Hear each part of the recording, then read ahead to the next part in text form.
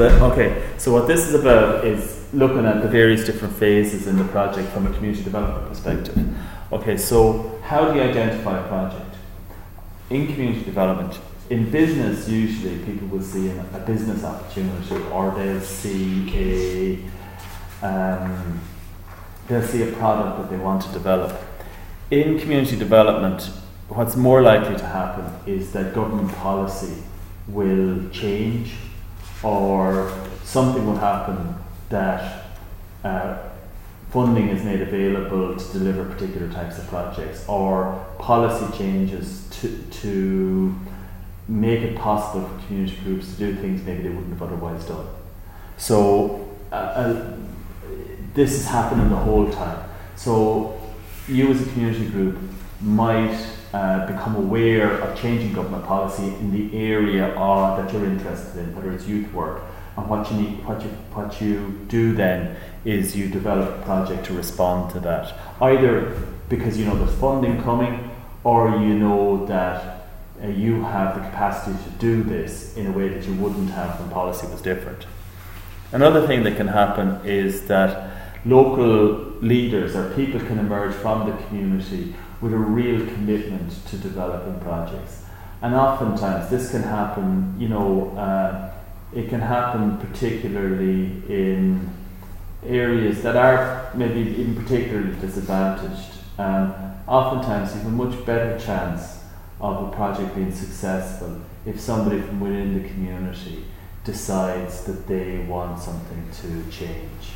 And it might be a small project, so you could have an area where you have a really bad problem with poverty and unemployment, and somebody comes in and they say they want to put a flower bed in the middle of the green, and you're going, that's crazy. Why are you putting a flower bed in the middle of the green when there's so many other problems? But that there's a sense that what that community or what people need done at that particular time. So local leaders can come forward with projects, and oftentimes they're the ones that are most likely, or can often take momentum and move forward. Local businesses or local organisations can come with projects, and the other way oftentimes that happens is that you have an extension of existing projects. I think within community development this is probably the most common way that projects emerge, is that somebody's doing something already and they want to continue doing it, or they feel there's a need, or there is a need for it to be continued, or to be continued in a slightly different direction. Outside experts can come, do an audit and present a need, or even identify a project that needs to be done. And then you can have community-based analysis. And what we mean by community-based analysis is, as a community group, you can put processes in place whereby you listen to what communities need and support communities in analysing what they need in order to develop projects. And these are things like resource audits, listening surveys, mapping exercises, questionnaires, and the problem tree is one that we're going to look at. So that's really, within community development context, the mechanism that's often used to identify projects. And then if you look at design, what we mean by planning and design in community development projects, the first thing is you need a project synthesis. And what the project synthesis really is the summary of the project. So what are the main things that this project is looking to achieve? And I think one of the really difficult things oftentimes with projects is for people to be able to describe it in summary, to people who know nothing about it, and to be convincing. Because when somebody is involved in youth work, oftentimes we use the jargon of youth work to describe what we do, or we sort of say, okay, well, the Youth Justice Project isn't working, so and everybody knows the Youth Justice Project isn't working, so what we're going to do is a different type of project. And while we who are head, neck and heels in Youth Justice might realise Youth Justice, but people who aren't don't realise that it isn't. So we need to be able to describe our project in a brief form,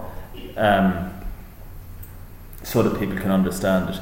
The feasibility then, we're talking about that, so how realistic is it? to do an appraisal, to do a project plan, do another appraisal, and then do a work plan.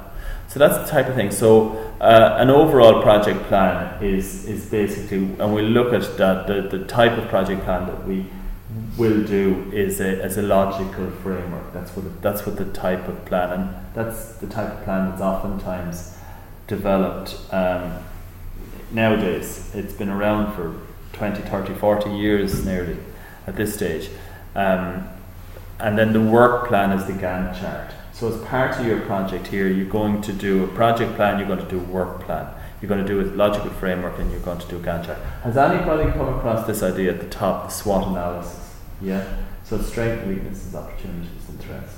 Yeah. Okay, so then the implementation is, for any project, you need to put structures in place around the administration and management of the project. So who's actually going to be in charge? Who's going to pay the finances? All of that sort of stuff. Then there's going to be, potentially there's going to need to be work done to bring partners in.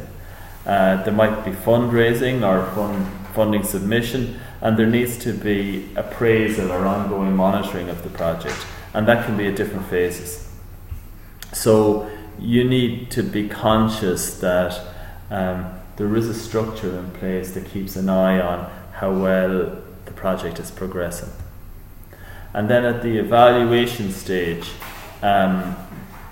you will do an evaluation at the end, you'll compile a report at the end, and then you put on recommendations for how things might be done differently.